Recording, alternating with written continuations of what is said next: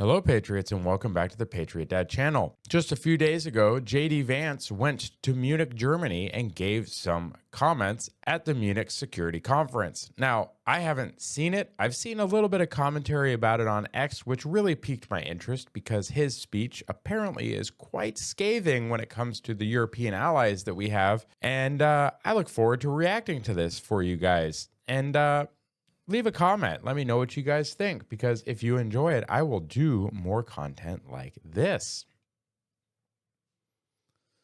Yeah, Munich Security Conference, folks.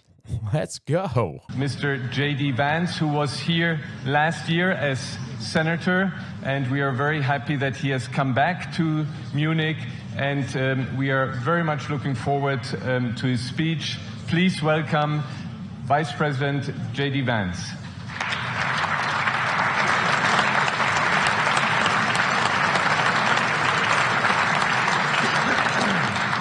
To me, this already feels, especially with the commentary I've already seen on X, it feels like when Javier Milei goes to the World Economic Forum and delivers an anti-socialist, anti-communist speech to Klaus Schwab and his crew. You can see those reactions if you want. They are wonderful. I have 2 years of them up now. They are some of my more popular videos, guys. I appreciate the support.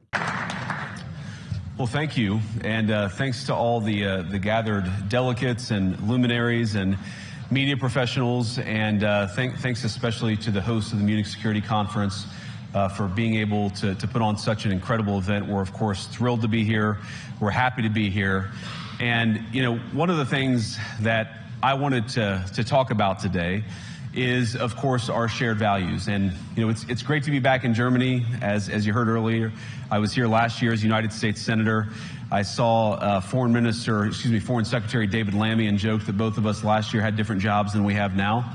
But now it's time for all of our countries, for all of us who have been fortunate enough to be given political power by our respective peoples, to use it wisely to improve their lives. And I want to say that, you know, I was fortunate in my time here. Guys, this already sounds like a very different viewpoint on what political power means and the responsibility that comes with it that we would see out of Kamala Harris, Joe Biden, and the previous administration. So I like it because he's correct. You have the privilege of having that power, sir. To spend some time outside the walls of this conference over the last 24 hours, and I've been so impressed by the hospitality of the people, even of course as they're reeling from yesterday's horrendous attack. And the first time I was ever in Munich was with my wife, actually, who's here with me today, on a personal trip. And I've always loved the city of Munich, and I've always loved its people. And I just want to say that we're very moved, and our thoughts and prayers are with Munich and everybody affected by the evil inflicted on this beautiful community. We're thinking about you, we're praying for you, and we will certainly be rooting for you in the days and weeks to come. Now, Yep, good point, guys. Yeah, terrorist attack happened apparently the day prior. I didn't realize it was during the Munich Security Conference. It makes sense. That's a high-profile target event. Yeah, guys, what is happening in Europe? You are losing those values. You are losing your culture. Like, what are you going to do in the long term if you keep bringing in all of these people that don't have shared values? Like, what is going to happen? You're not going to be our allies anymore. You're not going to be a real country anymore.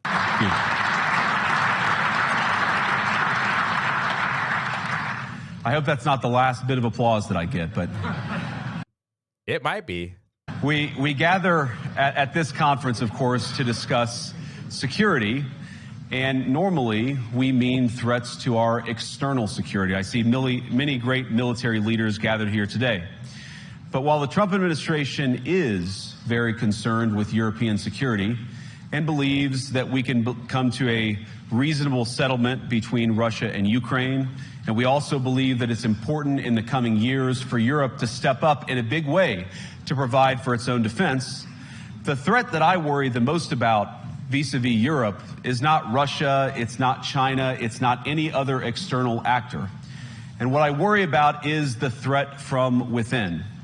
Yes, something about uncontrolled migration of people with dissimilar values, folks, is a huge threat. We see it in crime in the UK. We see it in Germany. We see it all over Europe now, except strangely, you don't see it in like Poland and Russia. I wonder why that is. The retreat of Europe from some of its most fundamental values, values shared with the United States of America. Ooh. Now, I was struck that a former European commissioner went on television recently and sounded delighted that the Romanian government had just annulled an entire election. He warned that if things don't go to plan, the very same thing could happen in Germany too. Now, these cavalier statements are shocking to American ears. For years, we've been told that everything we fund and support is in the name of our shared democratic values. Everything from our Ukraine policy to digital censorship is billed as a defense of democracy. Yeah. But when we see European courts canceling elections and senior officials threatening to cancel others, we ought to ask whether we're holding ourselves to an appropriately high standard. And I say ourselves because I fundamentally believe that we are on the same team. We must do more than talk about democratic values. We must live them. Now, within living memory of many of you. What do you guys think? Do you think they look happy to be hearing this? They don't look super thrilled. Also, it doesn't look like any of those are U.S. military. The markings on all of their uniforms and pins, they appear to all be foreign militaries. But yeah, if they're European militaries, they should be uncomfortable right now. Their countries have been invaded. If you were a military leader and your country got invaded and your politicians supported that invasion, I'd probably be a little uncomfortable too. In this room, the Cold War positioned defenders of democracy against much more tyrannical forces on this continent. And consider the side in that fight that censored dissidents, that closed churches, that canceled elections. Were they the good guys? Certainly not. And thank God they lost the Cold War. They lost because they neither valued nor respected all of the extraordinary blessings of liberty. The freedom to surprise, to make mistakes, to invent, to build. As it turns out, you can't mandate innovation or creativity, just as you can't force people what to think, what to feel, or what to believe. And we believe those things are certainly connected. Our government used to treat us like they had control of all aspects of our lives. If you look at the way that COVID was handled in the United States and abroad, guys, and abroad, but especially inside the United States, how quickly everybody folded like a frickin' lawn chair to throw neighbors under the bus, to shut down entire segments of the economy, to shame people into stabbing themselves with a thing that wasn't very well tested. Guys, COVID was a huge eye-opener for so many people, myself included. Don't let the government control your life. Be independent. Be ungovernable. And unfortunately, when I look at Europe today, it's sometimes not so clear what happened to some of the Cold War's winners. I look to Brussels, where EU commissars warn citizens that they intend to shut down social media during times of civil unrest the moment they spot what they've judged to be, quote, hateful content.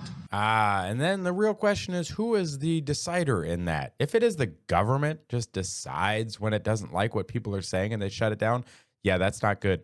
Or to this very country, where police have carried out raids against citizens suspected of posting anti-feminist comments online as part of, quote, combating misogyny on the internet, a day of action.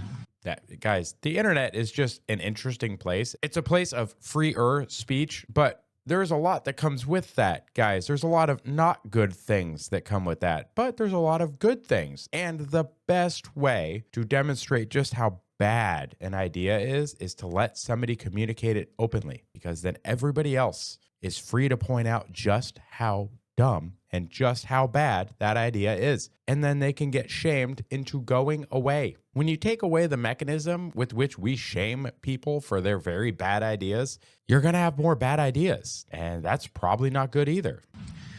I look to Sweden, where 2 weeks ago the government convicted a Christian activist for participating in Koran burnings that resulted in his friend's murder. And as the judge in his case chillingly noted, Sweden's laws to supposedly protect free expression do not, in fact, grant, and I'm quoting, a free pass to do or say anything without risking offending the group that holds that belief.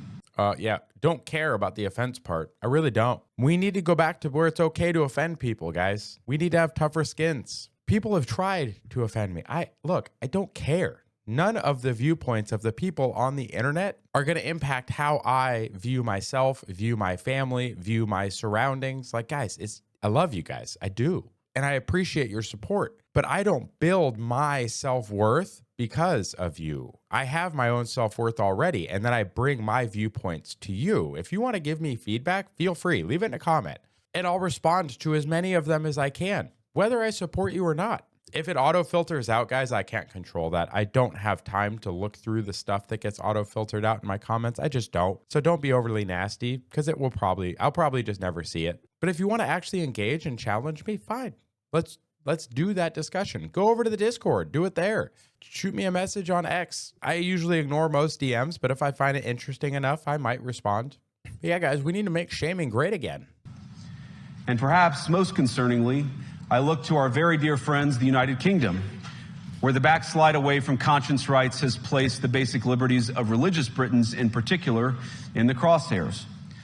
A little over 2 years ago, the British government charged Adam Smith Connor, a 51-year-old physiotherapist and an Army veteran, with the heinous crime of standing 50 meters from an abortion clinic and silently praying for 3 minutes. Ooh. Yeah, how dare he? We actually had a bunch of people get arrested and locked up for interfering with abortion clinics here. A lot of them just got pardoned and released. Thank you to President Trump.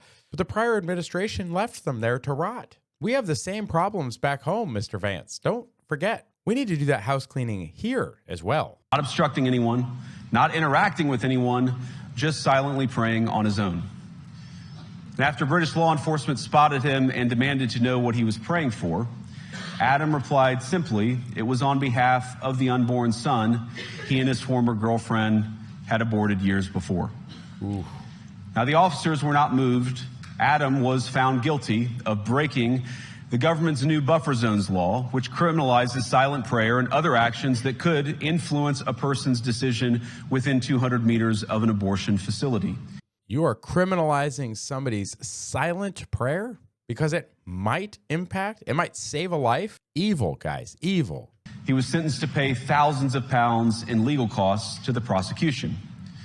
Now, I wish I could say that this was a fluke, a one-off crazy example of a badly written law being enacted against a single person. But no, this last October, just a few months ago, the Scottish government began distributing letters to citizens whose houses lay within so-called safe access zones, warning them that even private prayer within their own homes may amount to breaking the law. What? Now their government in Scotland wants to control what people are doing inside of their own homes because their homes happen to be too close to one of these facilities? F off, man. Jeez. Yeah, this is too far. Too far. Naturally, the government urged readers to report any fellow citizens suspected guilty of thought crime. Oh, God. And report your neighbors. Guys, what is happening in Europe? You are not our allies. If this is the way that Europe is going to behave and you want to import your replacements and your goal is to be culturally incompatible with the United States, then you are not our allies anymore. You are not. You can be neutral. You don't have to be our enemies, but you're also not our allies because allies have to have some common goal. They have to have something that they can work on together. And it sounds like Europe is almost to the point now of being lost. What do you guys think? Leave a comment. Let's have a discussion about this, actually. I might bring this up on the Saturday live stream because this is such an important news event anyway. But what do you guys think? Come to the Discord. Let's actually have a real conversation about this. What do you think about Europe and its future role as our ally? Do you think they should be an ally? I'm starting to lean towards no, and I would love to hear the arguments towards yes. In Britain and across Europe, free speech, I fear, is in retreat. And in the interest of comedy, my friends, but also in the interest of truth, I will admit that sometimes the loudest voices for censorship have come not from within Europe, but from within my own country, where the prior administration threatened and bullied social media companies to censor so-called misinformation. Misinformation like, for example, the idea that coronavirus had likely leaked from a laboratory in China. Our own government encouraged private companies to silence people who dared to utter what turned out to be an obvious truth. Ooh, okay. Some accountability. I like it. And yet, guys, we did it too. Like I said, during COVID, huge eye-opener, folks, how quickly neighbors turned on neighbors, how quickly the government got more authority, more control than they're supposed to have. Guys, the Constitution is clear. If it is not clearly delineated in the Constitution to be a federal power, it is supposed to revert to the state and local governments. The 10th Amendment is clear. And yet we have all of these departments, all of these organizations in the federal government that do not have a mandate found in the Constitution. So again, I like that JD Vance is acknowledging here that we are guilty of some of it as well, and that we need to clean it up. And I really hope that we don't see more of it in this administration. I really hope that we see far less and a rollback of a lot of those decisions, authorities, departments. And we're seeing some of that with Doge already, guys. They are afuera-ing entire groups and segments of the government, which I am all about because President Javier Milei showed us that that is the way. Nayib Bukele showed us that impeaching judges that get in the way is the way. If they are activists and they are not ruling based on law, impeach. Get them out of the way. These are the ways, guys. Our real allies have shown us the way. We need to follow it. So I come here today not just with an observation, but with an offer. And just as the Biden administration seemed desperate to silence people for speaking their minds, so the Trump administration will do precisely the opposite, and I hope that we can work together on that. Yes. In Washington, there is a new sheriff in town. And under Donald Trump's leadership, we may disagree with your views, but we will fight to defend your right to offer it in the public square, agree or disagree. Yes. Yes. Wonderful. Good work, JD. Any claps? Oh, we got some claps. And we got a really nervous looking white dude right there. Just kind of, I don't like what I'm hearing. I don't like what I'm hearing. Oh, I don't like what I'm hearing. Then you got a couple of people clapping. That's good. The people clapping, keep them. The people going, yeah, get rid of them. Now we're at the point, of course, that the situation has gotten so bad that this December, Romania straight up canceled the results of a presidential election based on the flimsy suspicions of an intelligence agency and enormous pressure from its continental neighbors. Now, as I understand it, the argument was that Russian disinformation had infected the Romanian elections. Oh, we've heard that before, haven't we, Hillary? Miss, I'm working directly with the Russians and the Ukrainians. It's the same message over and over. These globalists just don't understand that the internet is forever. But I'd ask my European friends to have some perspective. You can believe it's wrong for Russia to buy social media advertisements to influence your elections. We certainly do. You can condemn it on the world stage even. But if your democracy can be destroyed with a few $100,000 of digital advertising from a foreign country, then it wasn't very strong to begin with. Not to mention, guys, if I was somebody, I don't know, from the people that lost, like the losing side, I might pretend to be Russia. Just fire up that VPN, put myself in Russia, order some ads, make the company ordering the ads named like, I don't know, Russia Advertising, make it very obvious that it's Russia, influence the election, and then call on the government to cancel the election because I didn't like the result. That's called a false flag, folks. And those are 100% on the table. So I would start investigating internally for that one, not Russia. Less now, claps. The good news is that I happen to think your democracies are substantially less brittle than many people apparently fear. And I really do believe that allowing our citizens to speak their mind will make them stronger still. Which, of course, brings us back to Munich, where the organizers of this very conference have banned lawmakers representing populist parties on both the left and the right from participating in these conversations. Now, again, We don't have to agree with everything or anything that people say. But when people represent, when political leaders represent an important constituency, it is incumbent upon us to at least participate in dialogue with them. Now, to many of us on the other side of the Atlantic, it looks more and more like old entrenched interests hiding behind ugly Soviet-era words like misinformation and disinformation, who simply don't like the idea that somebody with an alternative viewpoint might express a different opinion or, God forbid, vote a different way or, even worse, win an election. Or have a thought to themselves in the privacy of their own home and then get reported by their neighbor for wrongthink. That's crazy, guys. Crazy. Now, this is a security conference, and I'm sure you all came here prepared to talk about how exactly you intend to increase defense spending over the next few years in line with some new target. And that's great, because as President Trump has made abundantly clear, he believes that our European friends must play a bigger role in the future of this continent. Oh, what? What? We want Europe to invest in Europe's future? That's crazy. Why would we want that? We don't think, you hear this term, burden sharing, but we think it's an important part of being in a shared alliance together that the Europeans step up while America focuses on areas of the world that are in great danger. Turns out Europe also in danger. But let me also ask you, how will you even begin to think through the kinds of budgeting questions if we don't know what it is that we're defending in the first place? I've heard a lot already in my conversations, and I've had many, many great conversations with many people gathered here in this room. I've heard a lot about what you need to defend yourselves from, and of course that's important. Yeah. But what has seemed a little bit less clear to me, and certainly I think to many of the citizens of Europe, is what exactly it is that you're defending yourselves for. Ooh. What is the positive vision that animates this shared security compact that we all believe is so important?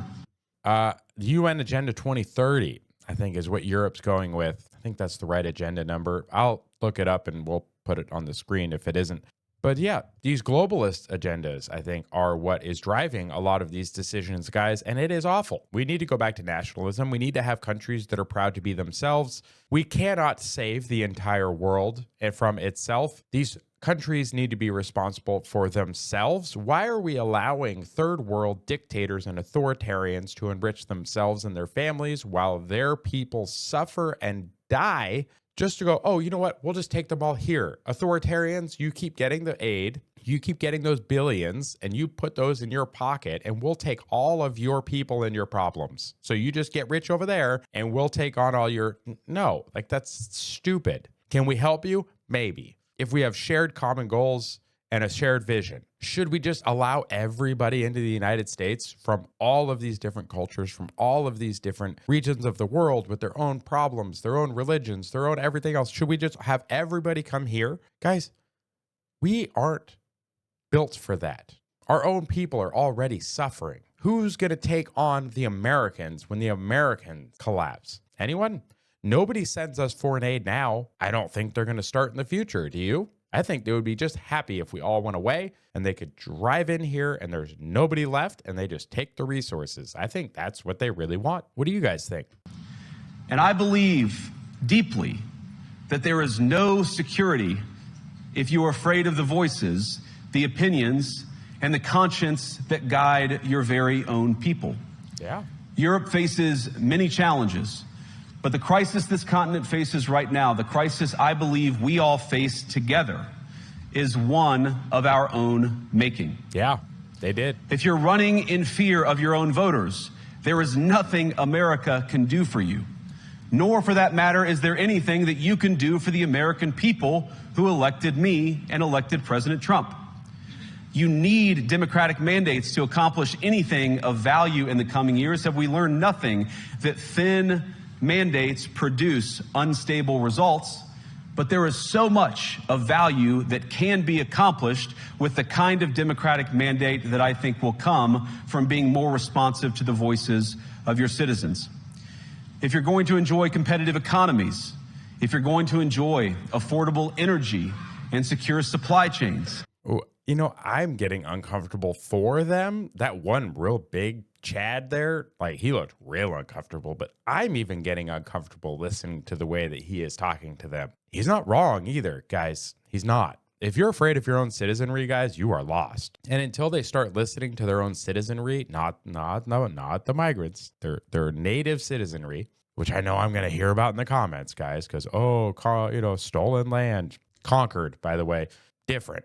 They're inviting their own conquering right now. So, like, don't kid yourselves. Europe will lose if they continue to import the people that hate Europe. It's going to happen unless they change and they get rid of them. Like we're starting to here. You need to start deporting people that don't have shared values, that don't have a shared common vision for your country. Deport them now while you still can. Then you need mandates to govern, because you have to make difficult choices to enjoy all of these things. And of course, we know that very well in America.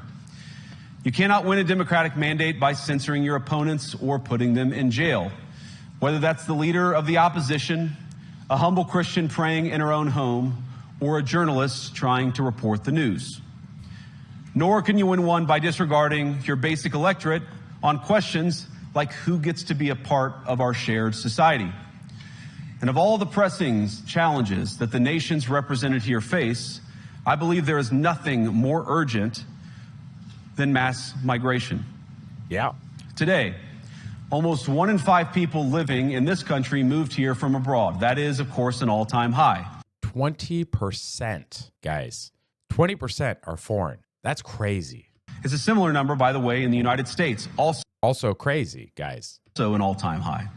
The number of immigrants who entered the EU from non-EU countries doubled between 2021 and 2022 alone. In 1 year? And of course, it's gotten much higher since. And we know the situation, it didn't materialize in a vacuum. It's the result of a series of conscious decisions made by politicians all over the continent and others across the world over the span of a decade. We saw the horrors wrought by these decisions yesterday in this very city. And of course, I can't bring it up again without thinking about the terrible victims who had a beautiful winter day in Munich ruined. Our thoughts and prayers are with them and will remain with them. But why did this happen in the first place? It's a terrible story, but it's one we've heard way too many times in Europe and unfortunately too many times in the United States as well. It happens because you're bringing radical fundamentalists from an incompatible culture into yours, and you're declaring it migration and legal, and you're giving them a foothold in your country. And this sounds a lot like the invasions and cultural spies. Oh, you know what? This actually feels a lot like. Actually, this reminds me a lot of the missionary unit from Civilization, guys. You just sneak that guy in there and boom, religious conversion. We're doing it to ourselves, guys. The West needs to wake up. We need to start promoting family values. We need to start promoting our own culture. We need to stop importing a different one, unless we just want our culture to end. And I don't, personally. Do you? An asylum seeker, often a young man in his mid-20s, already known to police, rams a car into a crowd and shatters a community. How many times must we suffer these appalling setbacks before we change course and take our shared civilization in a new direction? No voter on this continent went to the ballot box to open the floodgates to millions of unvetted immigrants. Ooh. Yeah, was that a referendum? Was there a law, something on the ballot for that? No, just people that ran probably on other things like, hey, we'll give you more free stuff, and their viewpoints also enabled mass migration. That would be my guess. But you know what they did vote for? In England, they voted for Brexit, and agree or disagree, they voted for it. Yeah. And more all over Europe, they're voting for political leaders who promise to put an end to out-of-control migration. Now, I happen to agree with a lot of these concerns, but you don't have to agree with me. I just think that people care about their homes, they care about their dreams, they care about their safety and their capacity to provide for themselves and their children. And they're smart. I think this is one of the most important things I've learned in my brief time in politics. Contrary to what you might hear a couple mountains over in Davos, The citizens of all of our nations don't generally think of themselves as educated animals or as interchangeable cogs of a global economy. And it's hardly surprising that they don't want to be shuffled about or relentlessly ignored by their leaders. And it is the business of democracy to adjudicate these big questions at the ballot box. And when those are silenced, guys, that's where you get revolution. That's where you get violence. And I think we should do things to reduce that, right? And if that means less mass migration, it means less ignoring of the people and their votes. Maybe we should look into that. I believe that dismissing people, dismissing their concerns, or worse yet, shutting down media, shutting down elections, or shutting people out of the political process protects nothing. In fact, it is the most surefire way to destroy democracy. Ooh. And speaking up and expressing opinions isn't election interference. Even when people express views outside your own country, and even when those people are very influential. And trust me, I say this with all humor, if American democracy can survive 10 years of Greta Thunberg scolding, you guys can survive a few months of Elon Musk. How dare you? How dare you? But what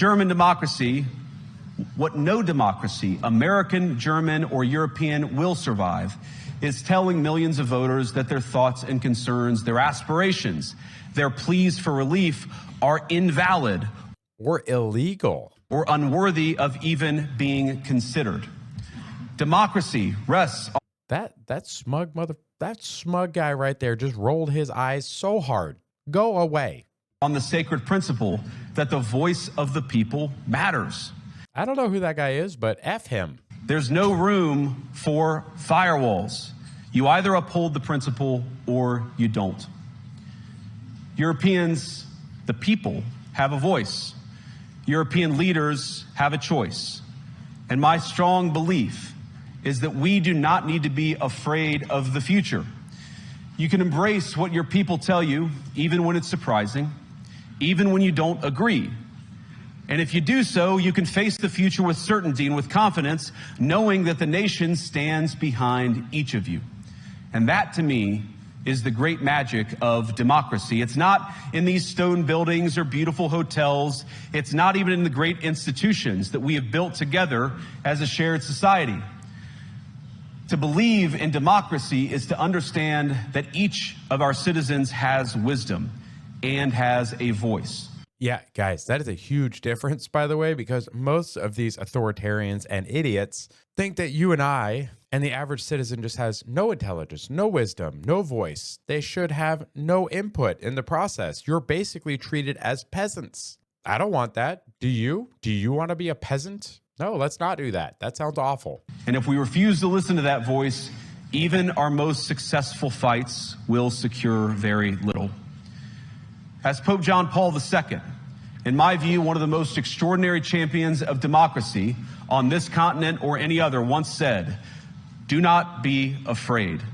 We shouldn't be afraid of our people, even when they express views that disagree with their leadership. Thank you all. Good luck to all of you. God bless you. I'll disagree with him a little bit there. You should be afraid of the citizenry. The citizenry is who gives you power if you go against them. Even though you may have many institutions with which to bash them over the head with, guys,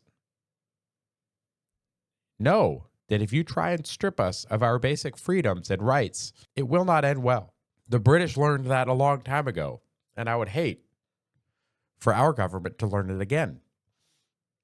But what do you guys think? Did you enjoy this? I thought it was a really good speech. I thought he did a really good job of providing a lot of pushback to the way that things are going in Europe, but at the same time, not being too divisive. He gave them an out. He gave them a path forward. And like I said, let's go to Discord, let's go to X, let's go to the Saturday live stream tonight, and let's have the discussion about what you think about our European allies and their role in our future. Thank you to those of you that made it to the end of this video. I greatly appreciate your support. If you're looking for another way to support the channel, You can go over to coffeebrandcoffee.com. You can pick out one of their coffees, teas, cocos, gift boxes, or many other things they sell there. Use our promotion code from the channel, and a small part of your purchase will come back to the channel and support my producing more content for you in the future. If you're looking for a free way to support the channel, you can help out with the algorithm. You can like the video, share the video with friends and family. You can leave a comment on the video, and you can subscribe to the channel itself. Make sure to click the little bell icon so you can be notified when I upload additional content.